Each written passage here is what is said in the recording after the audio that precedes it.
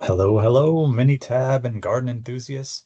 Let me give you a walkthrough of Minitab using my garden as an example. We get the data from my garden. Here's Minitab. If you want to check what version you're on, I'm doing version 22.3.1. Everything I show today is going to be super similar from version 19 till now. So if you're using an older version, no problem. Version 18 and earlier, quite different. So keep that in mind. And all the data, like I said, coming from my garden. It's from this. This is a couple years ago. That's what it looked like. I've replaced the corn with sunflowers since then. Arguably less edible, but really the deer ate all my corn anyway. We'll have data from some of the different things I monitor in the garden, also from when I plant seedlings inside before I take them out to the garden. And we're going to go through in this first video all these, which are part of a Minitab's class called Minitab Essentials. So if you want more detail on why, how the stats work, etc., you might have to take the class. This one's going to be more about quick clicks to execute these things in Minitab. Good refresher for everybody who already knows the general details of them. But for more, you need to take the training, not just watch a quick video on YouTube from me. So let's start off with getting data in. I mean, one way to get data in is to just grab the data from some file in your computer and drag it into place. Pros and cons of that. But here we go. Another way you could do that is File, Open. It gives you an import wizard. Let's go get something from the desktop here. So when you do the import wizard, you get more like, you can tell which row to start grabbing from. If it's a CSV file like this one is it separated by commas or tabs or whatever? You can check if the data should be text or numeric. And you can even do things from the options menu, like if your data dump has some error data in it or some missing data, but it writes maybe a placeholder of null or something in there, you could say ignore anywhere where you see null. That's the import wizard. Okay. Other ways to get data in. There's open from repository. That would take you to Google Drive or Microsoft OneDrive. You can grab it from there from any computer you like. Okay.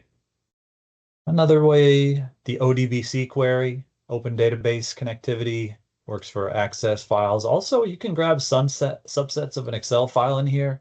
Also, any ODBC that you have installed in your computer, it's just going to show up down here. You can access it that way. So keep that in mind if you have any ODBC. But let's go on to the next topic. Bar charts. All right, bar charts are going to be one of the tools used to count like occurrences of categorical factors. Bring a bar chart up. I'll show you a couple different ways to do this. Bar chart, heat map, and pie chart, these are all categorical. The little dividers here, they're like groups of functions that do similar things. Here's bar chart.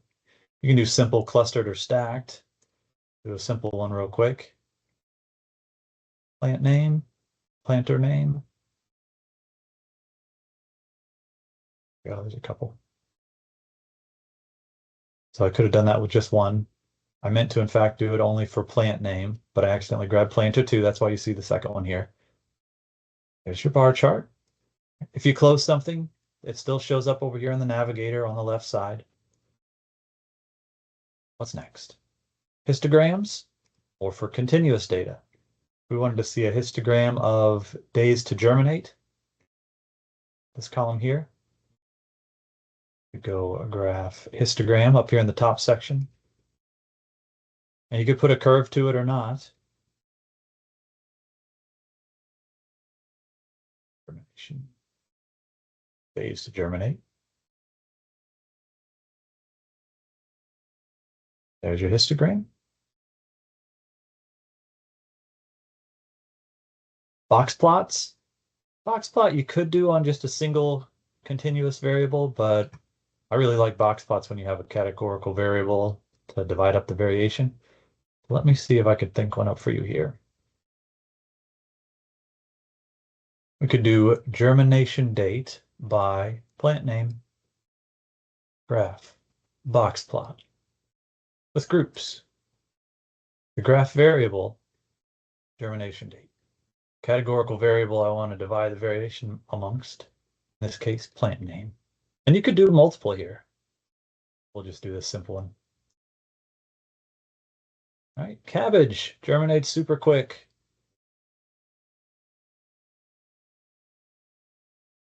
We do this. Do not want germination date 1. I want days to germinate.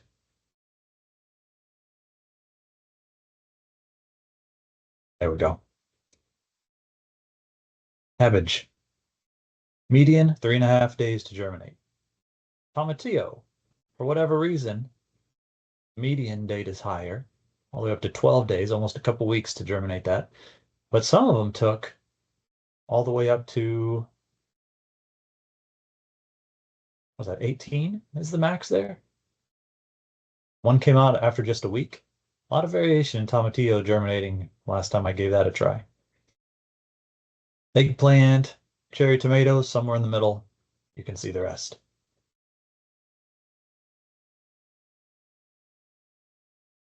All right, next one. Pareto charts. All right. So Pareto chart, usually more of a quality technique. I don't have any pass-fail data here. I don't have any causes of defects. Let's see, what do I have? Okay, we could do this. So moisture level, typically, if things get too dry, then it's problematic. It's the closest I can get to you for a quality example right now. But the Pareto chart, unlike the others, which came from the graph menu, Pareto tucked into the stat quality menu. Pareto chart, attributes of defects in that moisture column. And if you have frequencies or different grouping variables, you could list them here. Like instead of just very dry listed multiple times in this column, if I just had a summary table saying very dry was 5 times, normal was 27 times. If I had a summary table like that, then I could use this frequency. But since I just had a column of listing all the instances of measurement, there we go. And this particular chart sorts things according to frequency, according to the count of items in the data set. So that's why you see normal first here, because it was the most commonly occurring in this column that I asked for the Pareto chart of. So there were 30 of them. That's almost 50% of the data set were normal. Remember my histogram? This should look familiar. That's the right histogram. I'll do another histogram for you. Histogram of moisture. Bar chart of moisture. Here we go. Bar chart of moisture. Yeah. So this is the difference between the Pareto, which gives you a percentage and sorts them most occurrent to the least. This is the bar chart version. Back to this. Wet, very wet, dry. Now in this case, it says other. That's because in the properties, when I set this up, the Pareto chart properties, I left the default combine remaining defects into one category after this %95. If I didn't want to do that and just allow everything to show up on this chart, every possible thing I have in that column to just have its own box here, I say do not combine. And it looks very similar in this particular example because I only had one item in other and it was the very dry, which rarely happens. But you can imagine if we had like 100 different causes of defects and we really just wanted to focus on the Pareto principle. Like we just wanted to see the leading few causes. We don't want to see the 100 other causes. That 95% checkbox is super useful. But sometimes you don't want to combine it. That's why it would give you the option right there on the front page. All right, that was Pareto. What's next? Scatterplots. Look at relation between two continuous factors, continuous variables. So back to my seedling data. Let me see. All right, how about, is there a relationship between plant height after 4 weeks of transplanting, after 4 weeks of growing, versus the days to germinate? Relation there? Let's check it out. So you can do a scatter plot from the graph menu. You can also, if you're interested in drawing a line through it, like a regression line, you could also do this similar thing, basics, regression, fitted line plot or regression would do something similar. But starting with graphs, simple. You just tell it the y, say height after 4 weeks is 1y, and an x, days to germinate.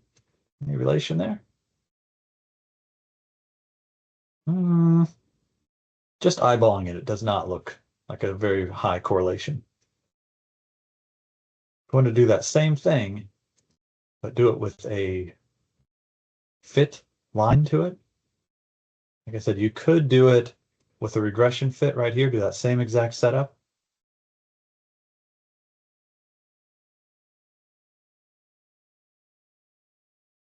Line looks pretty flat. Or if you wanted some stats to come along with that, you could do that same thing from the regression menu, fitted line plot, response, X. It gives you some quick links. Do you want a straight line, a curvy line, or an extra curvy line? Here we go. And if you're into p-values, this is suggesting maybe the slope of that line is not significant. Doesn't explain much of the variation in the data set. But this is what you get. There's your equation.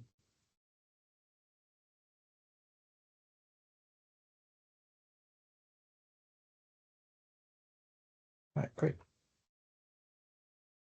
Tables and chi-squared analysis. Super useful for many people. Other people don't use it at all. Let me show you my favorite way to do table summaries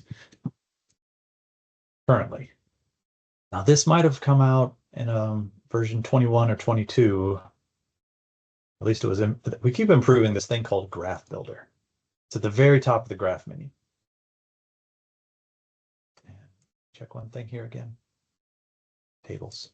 Okay, if we had a germination date and we wanted to know about things like plant name, soil type, if we just wanted to take this data table and summarize it, tally up some different aspects of germination, days to germinate, Graph Builder shows you so many ways you could look at that data, one of which is a super simple way to tabulate statistics. So you can see for the rows here, we have plant name. It's controlled by this. For the columns, soil type, coconut, premium, etc. If you want to switch those, you can do it like this. And the thing updates on the fly. I love that. Also, if you want more than just the average, all you have to do is click on this, say which summary statistics you'd like. Maybe you don't want the mean at all. Maybe you want the sum. Maybe you want the min and the max. You want those and the mean, percentiles, etc. You can get all that. Take it back to mean for a minute just to simplify things. I actually kind of like this view. Okay, you can resize it. There we go. So now you can see for the coconut core, cheap soil, it's a block of coconut fuzz. It's good for starting seeds, but not good for growing anything substantial. You can see the days to germinate out of there. And then for premium soil, you can see the days to germinate there. Super similar. If you want to hide one or the other, you can do that. Other ways that you could have done that before is from the stat menu, tables, you can tally individual values. That's super similar to this, but arguably a little bit more difficult to utilize. There are some options here that are maybe a little more esoteric. I don't know. But that works very well. You can also do chi-squared, test for associations here, and cross-tabulate and chi-squared would make the table and look at the relations between them. Maybe tune in to Minitab Essentials class to learn more about that.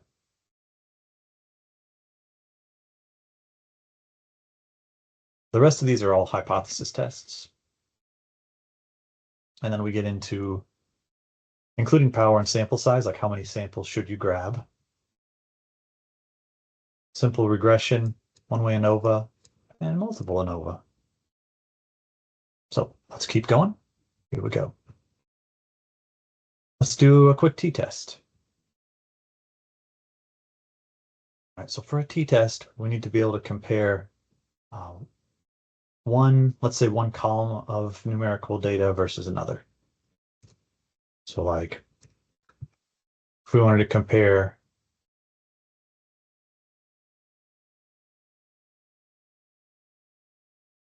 the days to germinate for one type of plant versus another, we could do that with a t-test. So we could compare cabbage versus green peppers, for example. I'll do that real quick. I'll duplicate this and hack it up. This is a copy of that same worksheet. So we can get rid of some of these things so it's easier to see.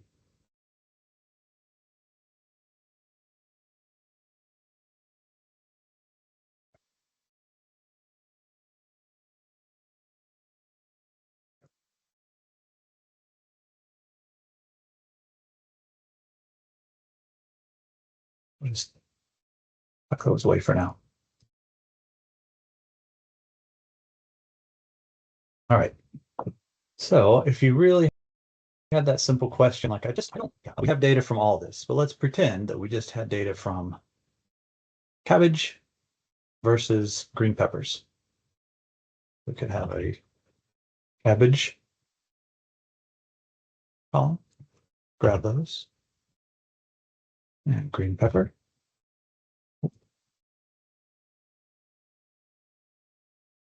Those. And you could do a statistical test to see, are these statistically different? That would be under basic stats. All the hypothesis tests are in there, including a t-test. In this case, we have 2 samples. And there's several options here. Both samples are in one column. Well, that's what I originally had, but I changed it. Each sample's in its own column. That's what we have now. Those columns are cabbage and green pepper. Set your options.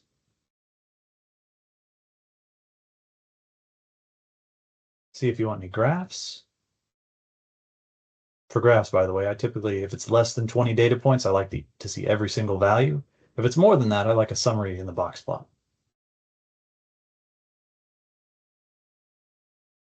Here we go. So you probably don't need a statistic to tell you the answer to this one. This one, every single point is above all of these. So we would expect the statistical analysis above to tell us that there is a clear difference. This p-value being super low, some people look for that, some people don't. For those of you who do like using p-values, that says we have enough evidence here to reject the null hypothesis. The null is that their 2 means are equal. The null hypothesis, this is the same as that. We're looking for evidence to prove that wrong. We've got plenty of evidence here. So we reject that. We're left to believe this one. We've proven that. If you like to see that p-value in terms of a confidence interval, you can see that these groups are at least different by more than a week, 9.25 days.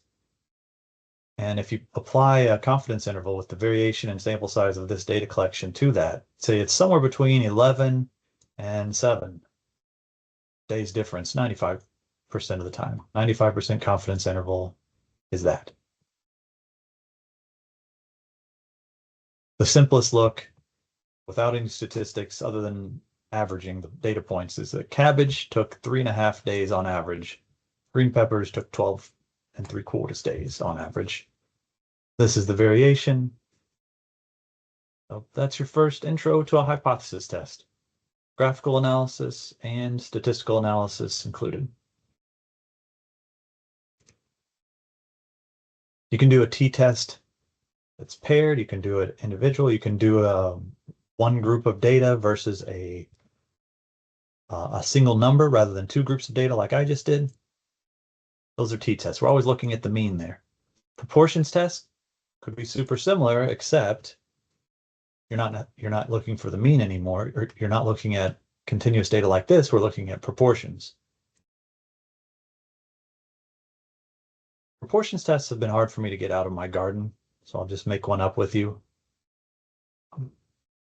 Back here, 2 proportions test.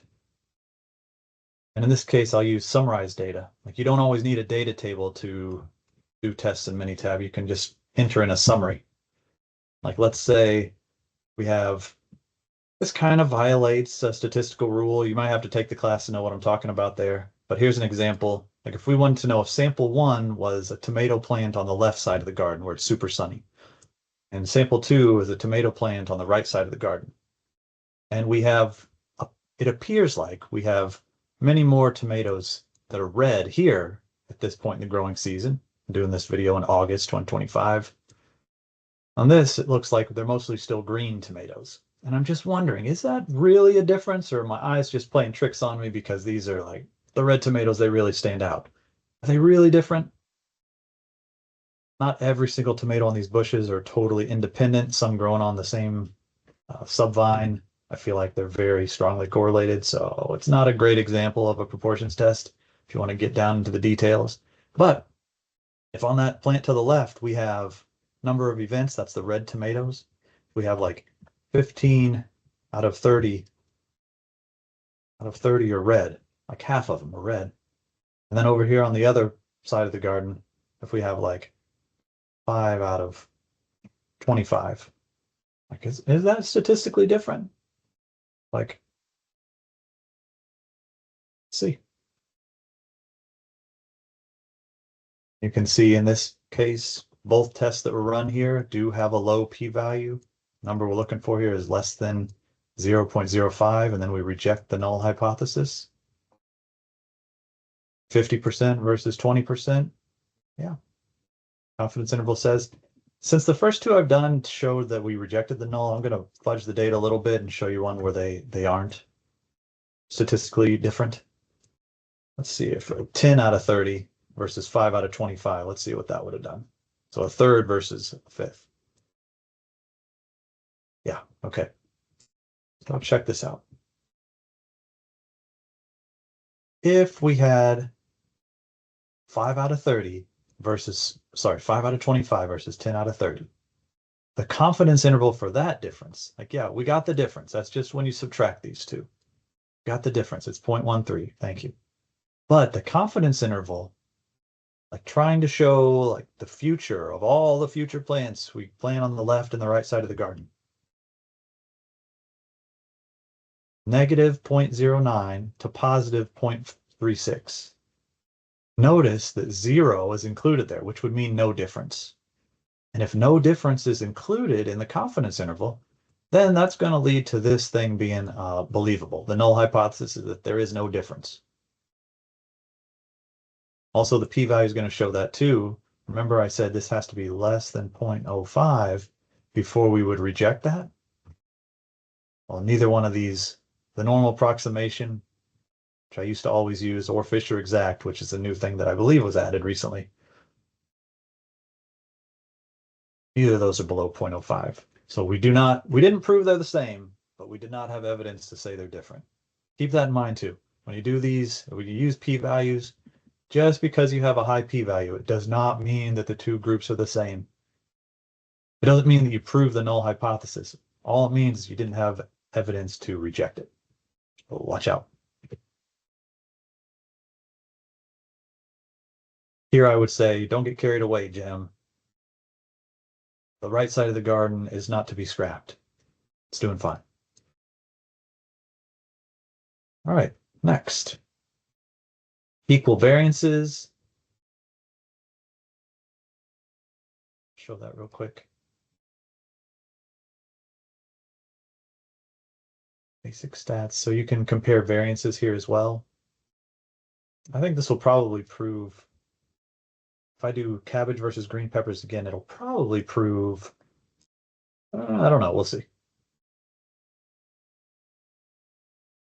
Cabbage, green peppers, options. See if they're not equal. There we go. Interesting. The hated debate when Bonnet and Levine do not agree. One's below 0.05, one's above it. Ugh, happens. But anyway, that's a test that would do similar as the t-test and the proportions test, where we have a null hypothesis. With variances, instead of like saying the difference between the proportions or the means, this one, variances uses a ratio, just divides one by the other.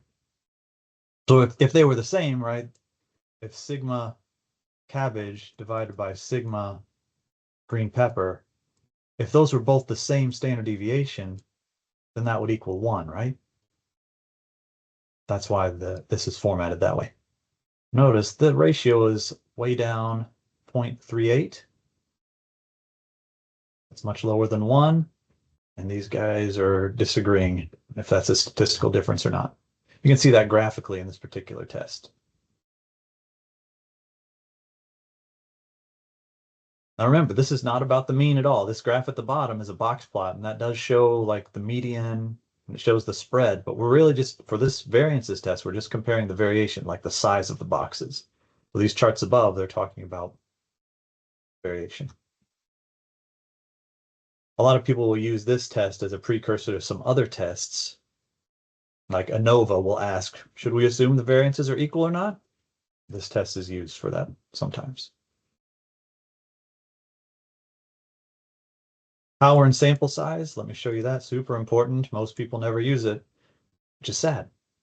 I think a lot of people just test with what they have available or what they have resources to afford, which is fine. But power and sample size down here at the very bottom. This menu looks very similar to where we just were, right? In the basic stats menu. But these tell you how many you should test. Like that 2-sample t-test we did to start. If we wanted to know how many we should test, we should say what difference we're expecting to see. Remember in this, I only had 4. 4 cabbage, 4 green pepper. The difference is huge though, so it wasn't a bad test.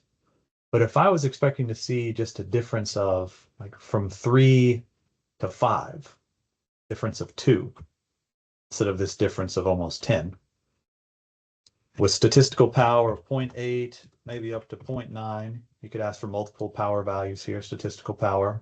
If you don't know what that means, take the class, or just, you can use 0.8, 0.9 like I do. Standard deviation. You need to estimate the standard deviation somewhat to be able to get an estimate for how many samples you should collect. Like, if you don't know that, maybe go grab a few samples to see, but probably you have some historical evidence, like something in your mind of the variation. Let's just say the standard deviation is 0.7. Like plus or minus 3 sigma is plus or minus 2. Right? Kind of looks like that, doesn't it? For cabbage and green pepper. Okay. And it just told us, all right, if that's really your setup, then you just need 4 samples. Amazing, since that's exactly how many I had. I'll do it again. If we were looking for a difference of 0.5, something much tighter. Like if we were looking for 3 versus 3.5, that's a difference of 0.5. That says you would need a sample size of like 40. And if you don't know like what your difference is or what exactly you're looking for, you can put multiples in there too. 0.5, 1, 2. You can see the sample size needed for any of those. 0.5, about 40. Difference of 1, about 10. Difference of 2, about 4 would have been just fine. And in my case, remember our difference was actually, what was that, 9? 3.5 versus 12 or so? We probably could have done just a couple. These first 2 would have been fine.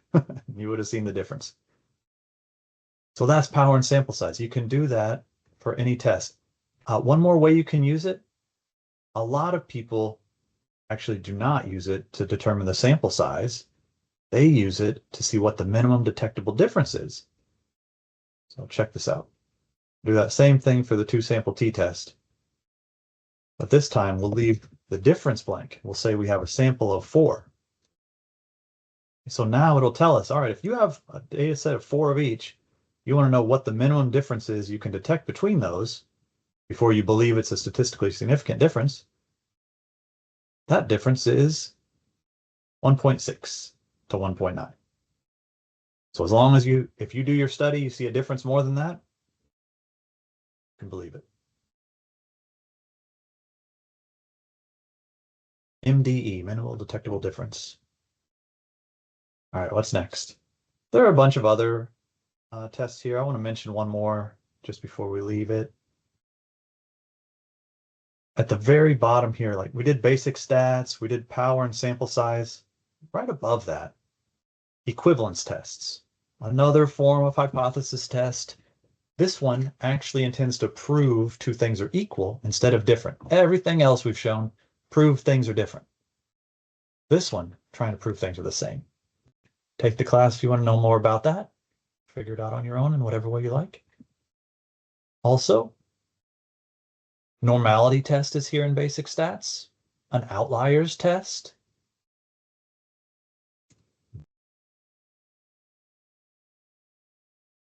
Correlations. Regression.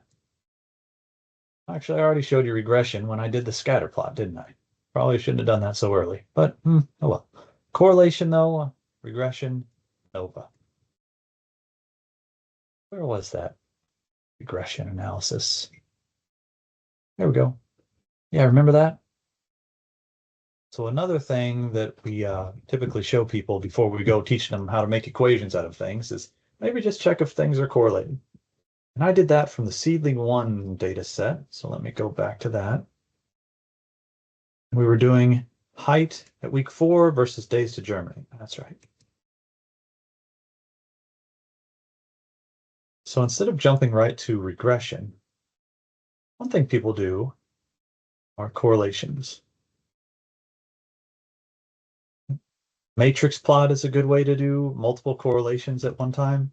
I mean, really, that first scatter plot was a good example of checking for correlation. Before we put the line on it, you could see if there was a strong correlation, all the dots would be hugging like a line like this, strong positive correlation. Or if there was a negative correlation, it would maybe look like this, with all the dots hugging that line. And if it's not a linear correlation, but rather some kind of different relationship, like you could imagine if you have some kind of trend like this. So those are all types of correlations. One way to do that for multiple columns at a time, let's look at this again. So I would presume the days to germinate, starting height, height at week 2, week 3, and week 4, I would assume that those would all correlate to some extent. At least the starting height, the plant height at week 2, 3, 4, probably all correlate. So if you want to check all those at once, you could go to graph, matrix plot, and that would let you do week 2, week 3, week 4, all at once. And you can see some of these look awfully like a straight line, don't they? Like week 2 versus week 3, super similar. At week 4, a lot of weird stuff happens though, doesn't it? Like it's still like positive correlation, but the range around that really grew. Like this was super similar, week 2 and week 3. Week 3 to week 4, this one, not as obvious. And the only difference between like this one and this one is you change which one's on the x-axis, which one's on the y. So what I mean is, for this data, the x-axis is week 4. The y-axis is week 3. But for this one, the x-axis is week 3. The y-axis is week 4. Same data, week 3 and 4. Just plotted with different axes, flipped. Matrix plot, one way to do correlations. if you wanted to look at some different options, you could do those same things with lines drawn through them. You could put a smoother through there.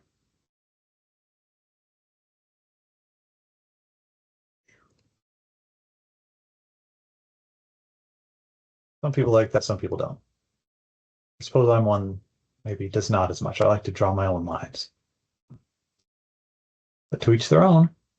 All right, next, correlogram. Exactly the same. I mean, not really. It's very similar.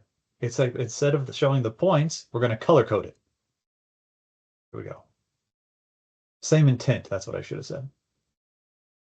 So now instead of seeing all the points, you can just see, this one has a strong correlation, dark, strong, between Y3 and Y2.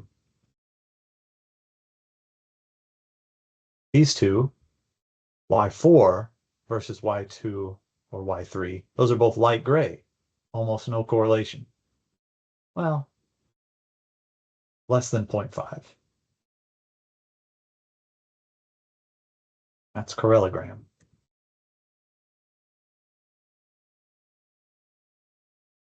All right, good.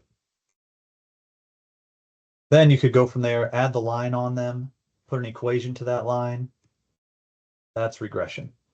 The difference between simple regression and multiple regression is just how many x's you have. Remember, with simple regression, like the fitted line plots, just doing simple, 1x, 1y. Looks like that. If we had another factor we wanted to include here, you couldn't add another x.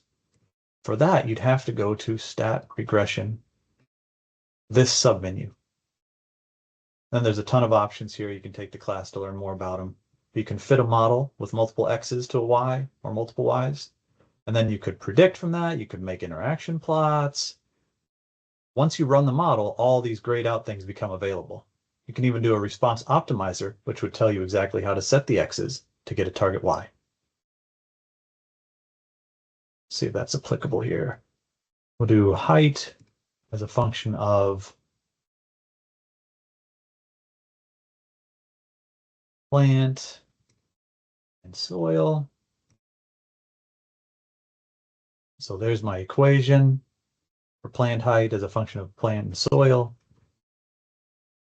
You can come back here and you'll see some different things are available. All right, if I wanted to maximize plant height, how do I do it? Grow red cherry tomatoes in premium soil. Done. One of our favorite things to eat anyway. And a little tip for this, whenever you run an equation and you get the optimizer up, like this is a super useful graph. Just keep in mind, if you wanted to suggest different plants or different soils, if you want to change the x's and see how that changes the y, you have to bring it into edit mode first. I like to just double click it to do that. And then watch this.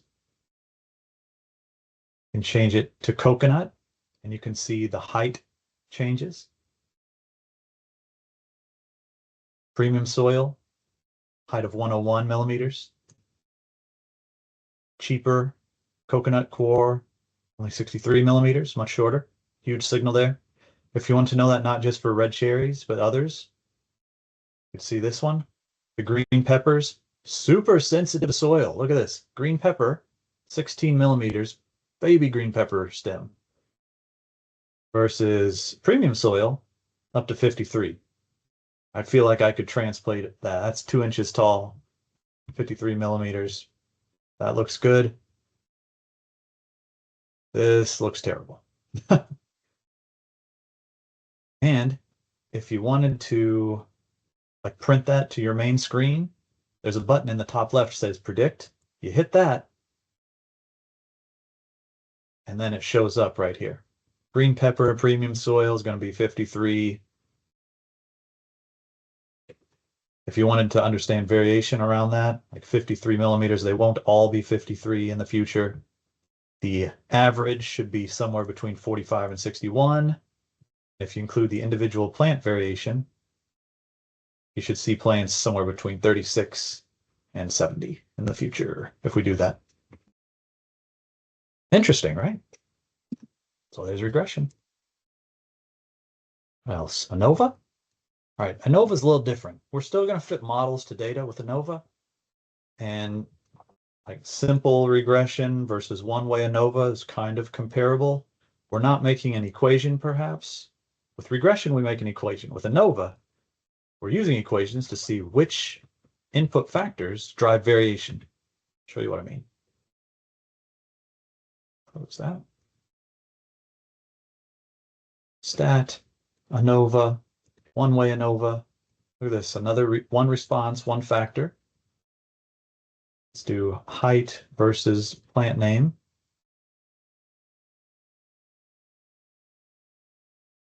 And it just tells you for each plant, this is the height you'd expect. And this is plotting the confidence interval for the mean. Like the mean height of cabbage at 4 weeks, 60 millimeters. But the confidence interval suggests we go plant a bunch of these, true population average could be anywhere from, looks like 35 to 82 or something. 32 to 83.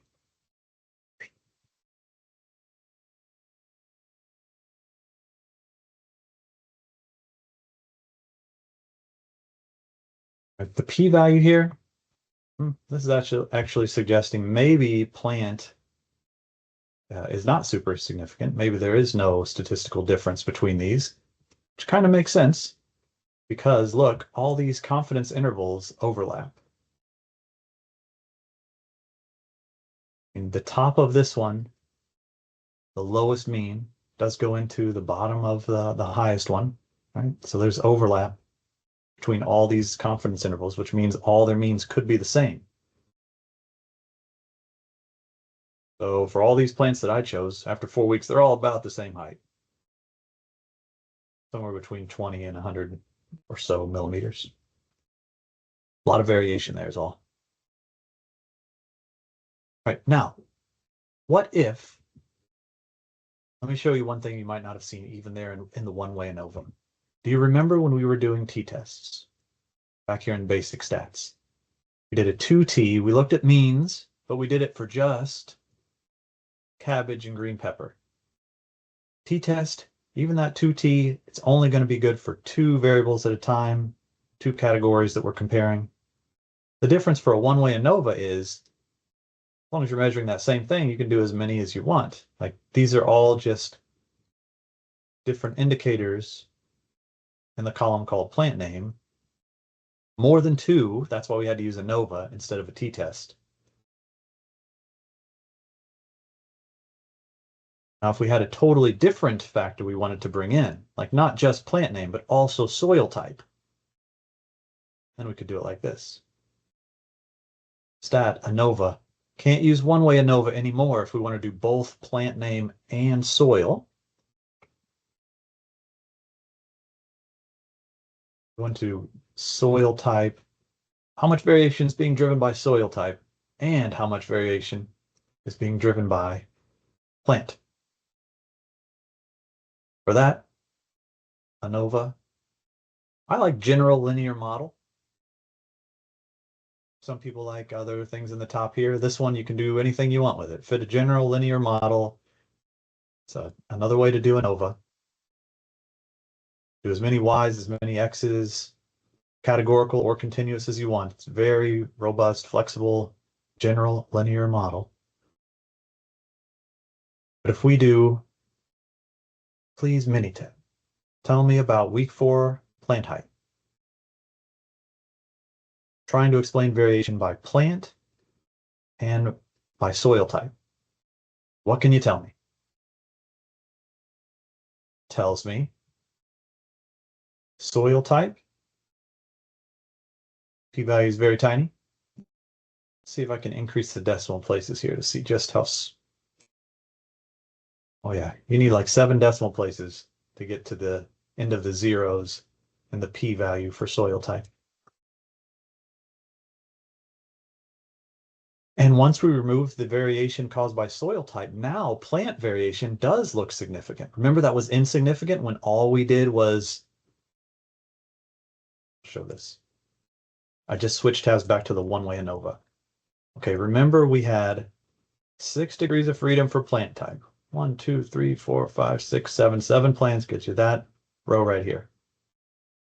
All the other rows in the data table were just lumped into error. And we're trying to say, does the variation caused by plant rise above the variation explained by the error in this data set, which is supposed to be replicates?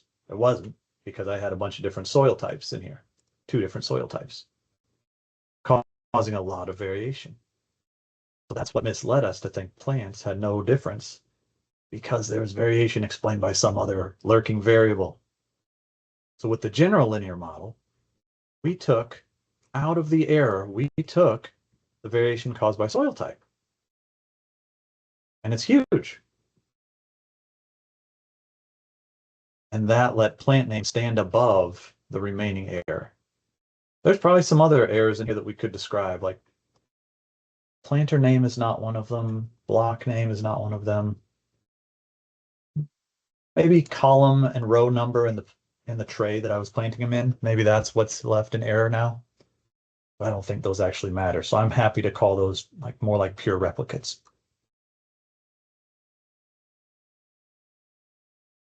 If you scroll down, you can see the R squared. We explain a ton of the variation in this data set by those 2 variables.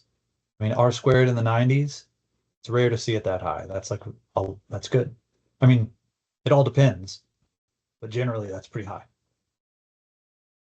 You can learn more about VIFs and important things here in our classes. I will spare you that today.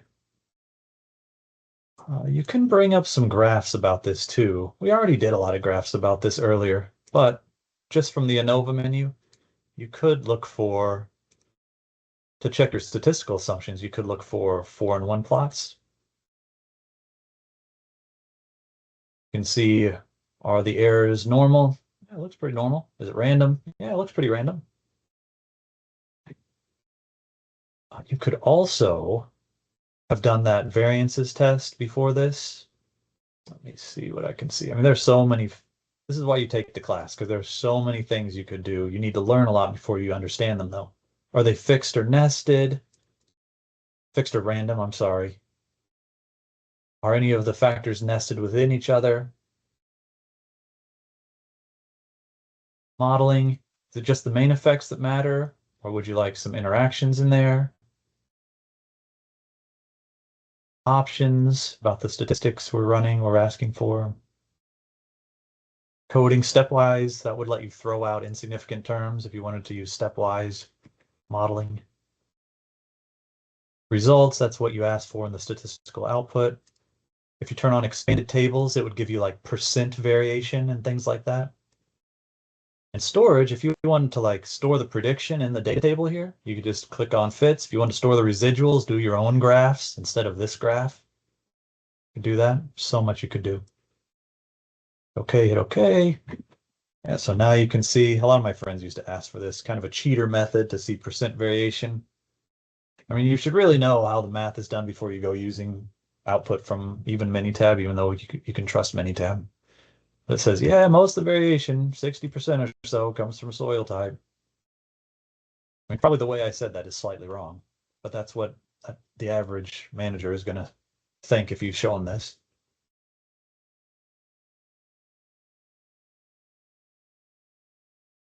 And the fits were stored because I checked that box. The residuals were stored. You could replicate all these graphs with that residual column here if you want. And do even more. Look at residuals versus plant or soil. You could do all kinds of things. Well, this is a good one. So great to see you today. We covered the class Minitab Essentials. We have versions, Minitab has versions of this class for any type of industry. The one I clicked on was from a training track called Improving Manufacturing Processes. But just so you know, I mean, we have a version of that class for medical devices, pharmaceuticals, healthcare, business processes, and so on. All right, so thanks for learning with me today. See you next time for more tips and tools.